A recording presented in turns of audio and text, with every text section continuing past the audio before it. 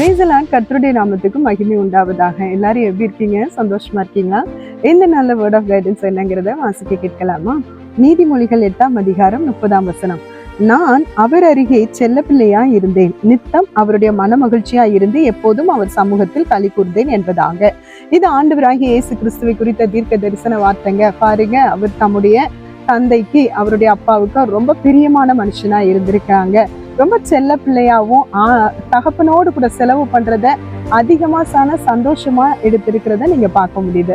தெய்வ பிள்ளைகளை, எத்தனை பேர் உங்களுடைய பெற்றோருக்கு நீங்க சந்தோஷமான பிள்ளையா இருக்கிறீங்க? பாருங்க, பைபிள்ல ஈசாக்கு ரெபேக்காள் அவங்க 20 வருஷம் குழந்தை இல்லாம ஜெபித்து வாங்கின பிள்ளை தான். பார்த்தா எவ்வளவுக்கு எவ்வளவு பெற்றோருக்கு மன நோவா இருக்க முடியுமோ அந்த அளவுக்கு மன வேதனையா இருந்த ஒரு மகனா இருந்தான்.